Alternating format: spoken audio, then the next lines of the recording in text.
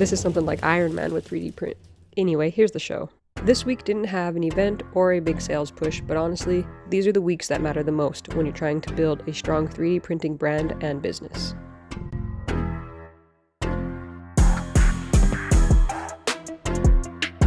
Hey everybody, how's it going? If you're new, welcome to our channel. This week ended up being all about fine-tuning, not just printing products, but dialing things in so everything we sell looks better, lasts longer, and represents our brand properly. Without an event coming up, it gave us the time to slow down and actually work on the business instead of just rushing to make inventory. We were finally able to also get the last 6 links printed that we were having issues with last week, so I'm really happy to finally get those done, and the plate's sticking a lot better now, just needed a good clean really.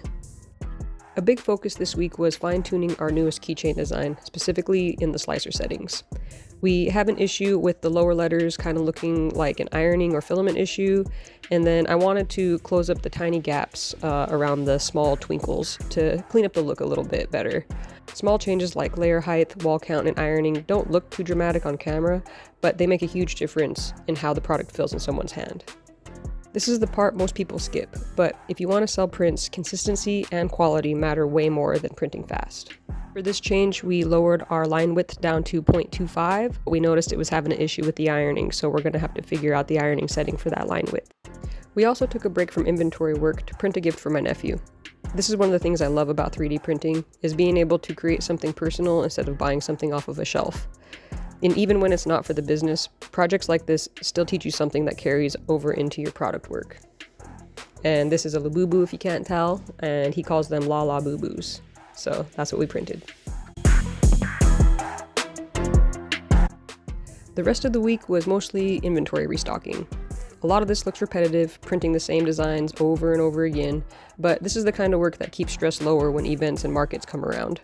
Having stock ready ahead of time gives us more flexibility and fewer late nights later.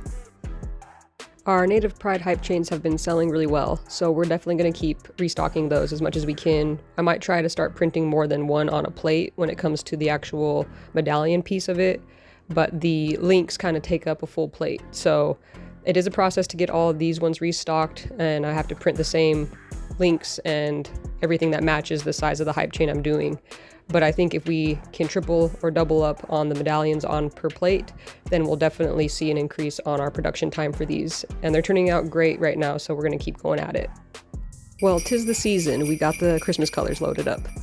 So yeah, of course, we decided to do our centers in a couple of different Christmas color variations to go with the season. So this will be our first batches of colors that are themed for the season, and that's something we'll probably continue to do as we go on. So after this will be something for like a Valentine's Day coloring.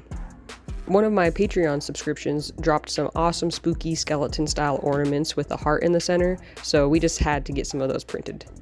These are fun pieces, but still need the same attention to detail as everything else, and seasonal items can sell fast, but only if they look clean and intentional.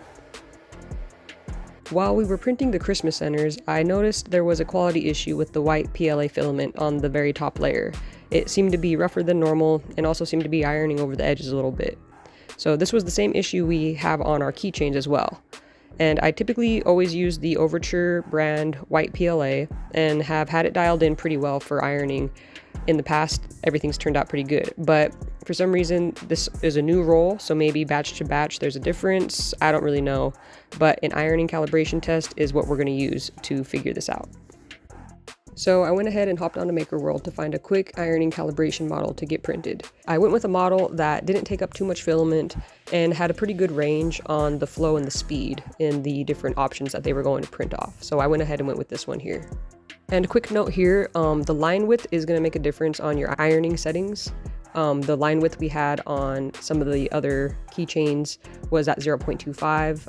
The line width that we're doing the centers in is 0.42, so I am going to have to run 2 different ones depending on which line width I want to go with. Tests like this don't really feel productive in the moment, but they prevent quality issues down the line. You definitely don't want an issue like this when you're pressed for time for an event or to get an order shipped out on time. A few minutes of testing, or maybe hours, can save even more hours of reprinting and refunds later. This is one of those behind the scenes things customers never see but absolutely benefit from. Towards the end of the week, we got some assembling done, and assembly is where everything comes together, and it's usually when you notice whether your settings were worth the effort or not. Seeing clean surfaces and solid fits makes the extra time feel worth it. Weeks like this don't look exciting, and they won't make the highlight reels, but these are the weeks that build a strong foundation. No event pressure meant we could slow down, improve our products, and raise our quality standards. And honestly, those weeks are just as important, if not more important, than the weeks when we're just selling. Next week, we'll be building on what we improved here and getting ready for what's coming up. We do have another event coming up at the end of the month, so we'll be prepping for that. Thank you to everyone following along. This is what building a small 3D printing business actually looks like.